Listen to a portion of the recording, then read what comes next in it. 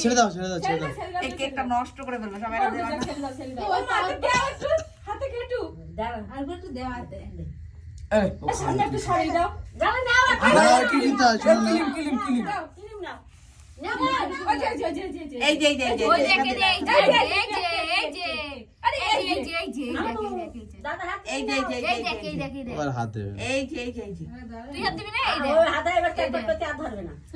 খাটবে তাই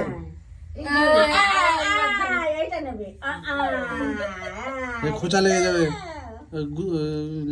ছেড়ে দে নিচ্ছে না নাও একটু নিতে হয় তো নাও